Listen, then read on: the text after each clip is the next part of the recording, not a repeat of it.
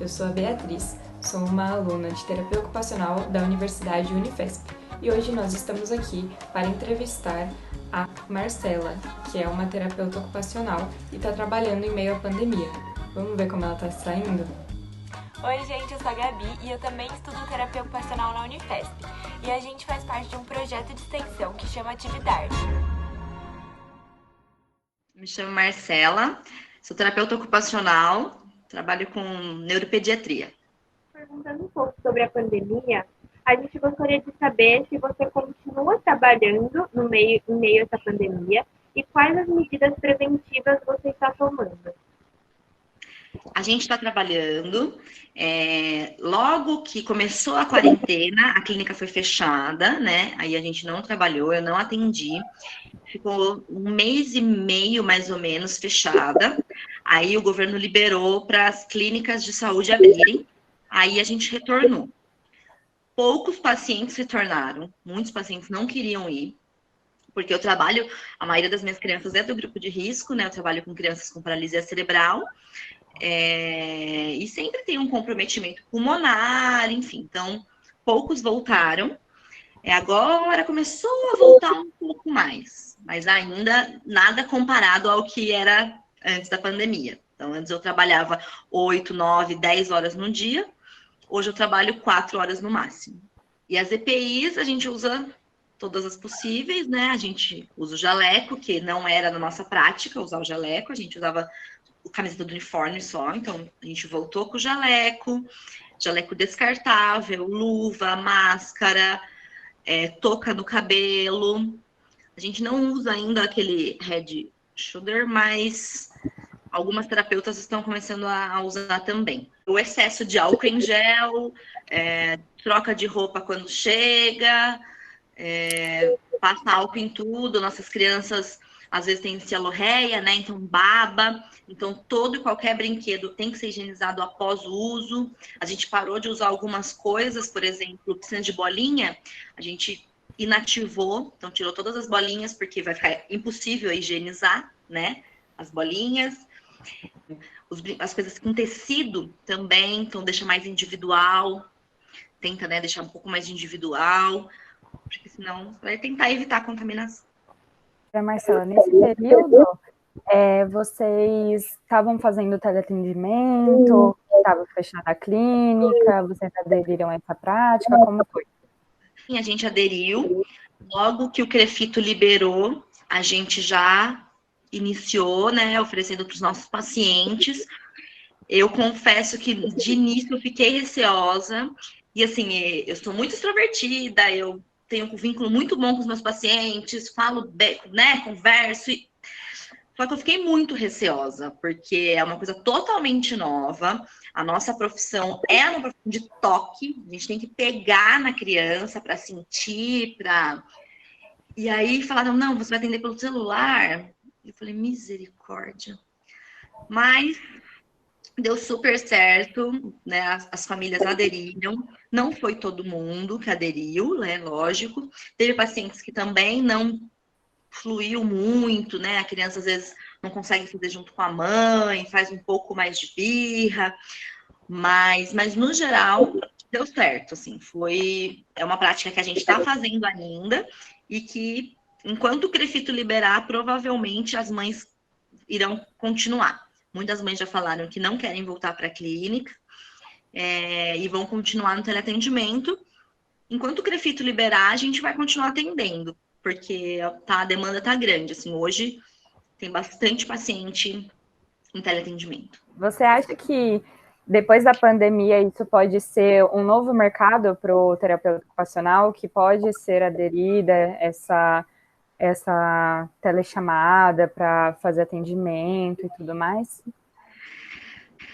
Sim, eu acho que não pode substituir um atendimento, mas, né, uma teleconsultoria, a gente tem uma pessoa que quer saber o que eu penso, fazer uma avaliação de um paciente no Nordeste, né, em outro estado, ou numa cidade muito longe, enfim. Eu acho que, né, pode ser sim, eu posso fazer uma avaliação, posso, né, pensar junto com a família. Substituir a terapia presencial, tenho minhas ressalvas, porque a gente usa equipamentos, né? Enfim. Mas eu acho que vai abrir o mercado, principalmente para outras áreas, né? Como eu sou da neuropediatria, é mais difícil. Com criança é mais difícil. Mas se você for pensar com adulto, com grupos, né? Com grupos até de idosos, grupos de... Enfim, outro público, eu acho que é um pouco mais fácil. Agora, com criança pequena, é mais difícil, né? Então, assim, eu tenho que exigir que uma criança autista fique olhando no celular 40, 50 minutos. Então, é difícil, né? Então, assim, é uma possibilidade. Eu acho que o Crefito, depois disso, vai ter que se adequar à nova realidade, né? E mudar algumas coisas. Mas substituir 100% o atendimento presencial, não acho que é legal, mas que está ajudando muito neste momento, tá. É a principal saída, assim, para os nossos pacientes neste momento, com certeza. Quais desafios você acha que vocês enfrentaram nessa mudança do trabalho, no meio dessa pandemia, que você achou mais difícil? Assim? O medo de passar para as crianças, sem dúvida. A volta, eu estava com muito medo, confesso. Quando o dono da clínica lá falou que abria a clínica, eu falei, meu Deus do céu, eu tenho muito medo de passar para ele, sabe? Saber, fiquei doente, daqui 3 dias descubro que os meus pacientes estavam doentes também. Então, isso é uma coisa que me deixa muito preocupada. Hoje eu faço o tratamento intensivo, né, com as crianças. Eu trabalho com Thera Suite. E no Thera, a gente fica 3 horas com a mesma criança. Então, a possibilidade do contágio é muito grande, porque eu tô 3 horas com a mesma criança, 3 horas pegando a criança no colo, põe no chão, põe as polias, põe a roupa, enfim. É muito tempo, né? E o contato é muito próximo, não tem como não ser próximo, né? Uma criança com uma lesão neurológica não anda e tal, eu preciso pegar no colo. Então, acho que esse é o meu maior medo, assim, saber que eu passei para as crianças. Então, por isso eu sou bem neurótica até, de higiene, passar álcool em tudo, antes, depois, em mim, troca de roupa, jaleco descartável, enfim. Por causa disso, por causa desse medo de passar, de ser responsável, né, por passar. Marcela, depois dessa pandemia, você acha que o terapeuta ocupacional vai poder atuar de que formas, assim? Ele vai poder atuar mais decisivamente na vida das pessoas? Você acha que vai ser mais visibilizado, assim como a psicologia está ganhando um campo maior? O que você pensa sobre isso? Toda a profissão, a ATO, a psico, a físio, foram desenvolvidas e criadas pós grandes catástrofes, né? Então, a terapia mesmo, a terapia ocupacional, a físio, depois de guerra. O que a gente vive hoje é algo inédito e, se Deus quiser, único. Mas eu acredito que todo profissional da saúde, neste momento, é valorizado. No momento que a gente pede para as pessoas pararem todas as suas ocupações, o terapeuta responsável pela ocupação humana tem que ser evidenciado, né? Nós somos responsáveis pela ocupação humana. Então, neste momento que está todo mundo surtando por causa da falta de ocupação, né? Eu acho que sim. Eu acho que é um momento da terapia ocupacional crescer. É um momento... É triste falar um momento propício, mas é um momento em que a gente precisa estar ativo. Então, depois de tudo isso passar, quais serão as sequelas, né, mentais e emocionais que a população vai ter? E a gente tem que estar preparado para trabalhar com isso.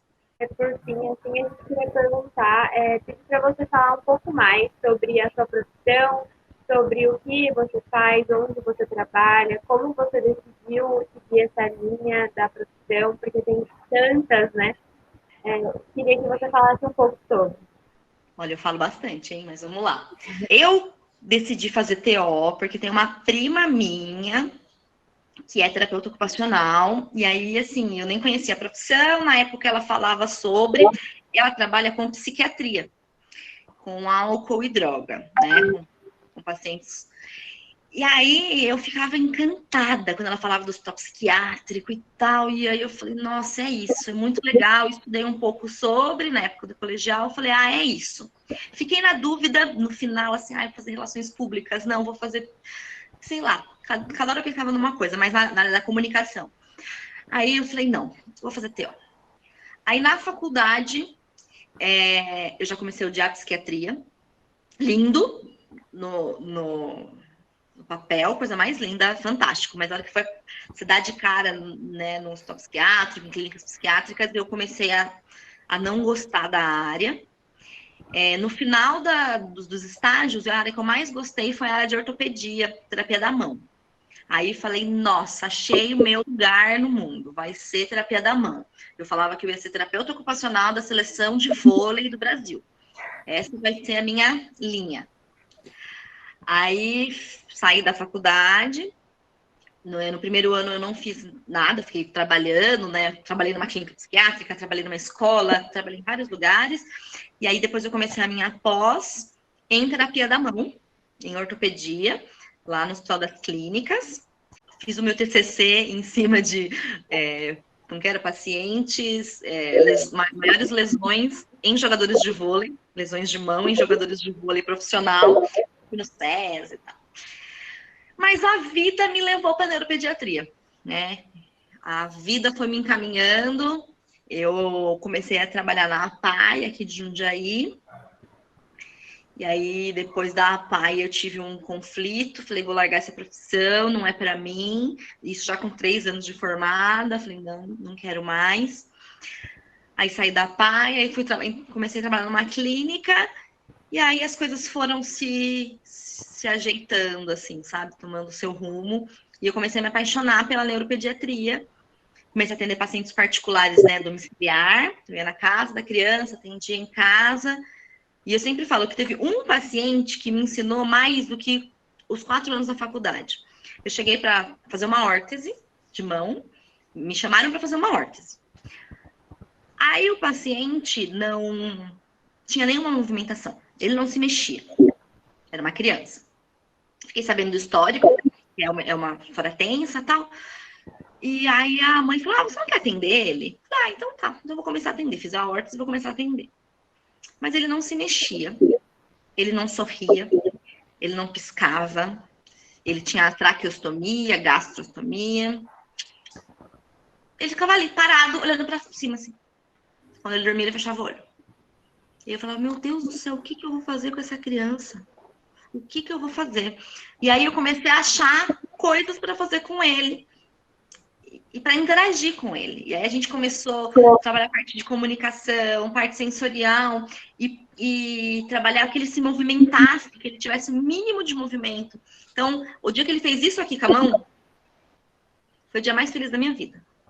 Nossa Senhora, eu saí daquela casa... E aí a gente começou a se comunicar por piscada. E ele piscava só para mim e para a família. Então ele ia no médico, pro médico ele não piscava. Aí eu chegava e falava, dá uma piscadinha pra tia. Aí ele piscava. Tem até esse vídeo lá no meu Instagram. Coisa mais linda do mundo. E aí com ele eu aprendi que é possível. É possível. Que nenhum paciente vai ser tão difícil, que nada vai ser difícil. Com ele eu aprendi isso, que é possível. Tudo é possível.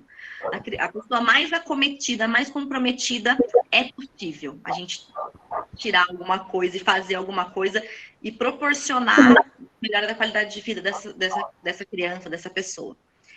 E aí, depois disso, eu me envolvi muito na neuropediatria.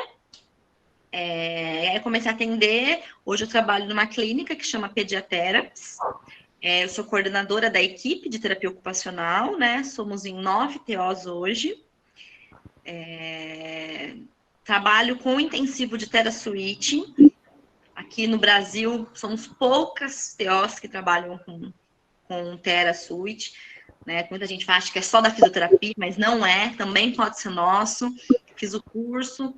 No curso avançado 2, que é o curso que eu fiz com a criadora do método, não tinha nenhuma TO. Eu era a única TO fazendo o curso. E eu falei, não, eu aplico o TeraSuite também, eu trabalho com TeraSuite, me sinto total capaz para isso, porque muita gente acha que é só da físio. Então eu faço trabalho com isso, trabalho com integração sensorial também, né? Então eu tenho esses cursos do TeraSuite, de TeraSuite básico, avançado 2, eu tenho o curso também do PediaSuite, tenho integração sensorial para autistas, um curso de autistas. Hoje, o meu foco maior é pacientes neurológicos. Então, hoje, o meu público maior é paralisia cerebral, algumas síndromes genéticas, síndrome genética, quase não atendo autistas nesse momento. Eu atendi muitos, mas hoje, por causa do Tera, até atendo mais esse público. Então, eu faço Tera, né, que são 3 horas, mais os atendimentos convencionais, usando o conhecimento do Tera, da integração sensorial, da estimulação visual, tudo mais. Você se pode explicar um pouquinho mais o que é esse Tera? Porque eu e algumas pessoas, eu acho que não vão saber o que é. Aí seria legal se você explicasse um pouquinho, por favor. Sim. O Tera é uma terapia intensiva. Muita gente fala que é fisioterapia intensiva, mas não é uma fisioterapia intensiva, é uma terapia intensiva que a gente trabalha dentro de uma gaiola, literalmente, que trabalha força muscular, integração de reflexo primitivo, que é uma coisa que eu brinco com a Roberta, minha irmã, que faz TO, falo, estuda reflexo primitivo, porque a gente estuda e esquece, e estuda muito isso. A gente faz a integração desses reflexos primitivos e funções motoras. A gente pensa na função motora. Esse método foi criado por fisioterapeutas nos Estados Unidos, a Isabela e o Richard. Ambos são fisioterapeutas e tiveram uma filha com paralisia cerebral. E aí eles começaram a se questionar se aquele método de 1 horinha por semana não era muito pouco. Porque o Richard trabalhava com atletas deficientes de alto rendimento. E aí esses atletas treinavam 4, 5, 6 horas no dia. E a filha dele fazia 1 horinha por dia. E como treinava, o que fazia, enfim. Eles criaram este método baseado em muitos estudos. Então, tem uma veste terapêutica, que eles se basearam em vestes que são usadas na NASA. Então, coloca essa veste terapêutica na criança para que ajude a fortalecer a musculatura, né, a exigir da musculatura. E trabalha as funções motoras. Então, a gente acredita muito nas funções baixas, né? Então, no arrastar, no engatinhar. Então, eu coloco uma criança de 10 anos para engatinhar, sim, porque é necessário. Até para andar, a gente também faz o treino. Então, é isso. Então, eu fico com essa criança durante 1 mês, 5 dias na semana, durante 3 horas. Então, esse é o intensivo. Então, ela vem comigo todos os dias desse mês, 3 horas. A gente faz esse trabalho de fortalecimento muscular com as polias. Então, é fortalecimento com resistência. Aí, depois a gente faz as funções motoras. Eu falo que a profissão foi se encaixando a mim, porque eu sempre acreditei no poder do movimento. E eu fiz a minha pós em terapia da mão, em ortopedia. Então, hoje, eu uso muito da ortopedia que eu aprendi na terapia da mão com as minhas crianças, com os pacientes neurológicos, dentro do TeraSuite, que é esse intensivo. Mas que as TOs precisam descobrir, que poucas TOs no Brasil fazem TeraSuite. Vou perguntar para você se você tem algum recado para as pessoas que estão assistindo a gente nesse período, se você tem algum conselho para dar para elas, enfim, alguma coisa do tipo. Bom, para as TOs que estão fazendo faculdade, TOs iguais a vocês, sejam bem-vindas a esse mundo. Eu sempre digo que é triste mais do que os outros, mas é a profissão mais linda do mundo. Todo mundo fala que a sua profissão é a melhor, mas a nossa é a melhor. Não são flores, nem sempre a gente recebe só beijos, a gente recebe mordidas, a gente recebe convênios querendo pagar centavos pelo nosso atendimento, a gente recebe portas fechadas, mas também a gente recebe muito carinho, muito reconhecimento. Eu sei que vocês ainda falam estão naquele momento que todo mundo pergunta o que é terapia ocupacional, que é um porre, mas depois passa. Isso passa. Quando você entra no mercado de trabalho, você vê o quanto o seu trabalho é fundamental. O seu trabalho faz parte, as pessoas vão atrás de você. Eu preciso de uma terapeuta ocupacional para tratar o meu filho, para tratar meu pai, para tratar... Eu preciso de uma TO. Então, acalmem o coração de vocês, isso vai passar, tá? E para as pessoas, em geral, o que eu diria neste momento de pandemia é o quão a ocupação humana é importante, o quão a ocupação humana faz a nossa vida girar. A pandemia veio para parar a gente e para tirar as nossas ocupações humanas. E a gente precisa se reinventar se ocupando dentro de casa, né? Então, o que eu falo para as mães dos meus pacientes, coloquem eles para fazer as coisas em casa, né? Para ajudar, vai lavar louça, vamos lavar o quintal, vai virar uma brincadeira. Façam nós, adultos, isso também. Vamos valorizar as nossas ocupações humanas para não adoecer, porque a falta dela também adoece. Muito obrigada, Má. Eu acho que é isso. Foi muito gostosa a nossa conversa. Acho que agregou bastante o nosso conteúdo da nossa página. Estamos muito felizes que você topou. Sim, sim. Se precisar, gente, pode contar comigo para falar de TO, que eu adoro falar de TO. Muito obrigada, Má. Imagina. Beijo. Beijo, gente. Tchau, tchau. Obrigada. Tchau.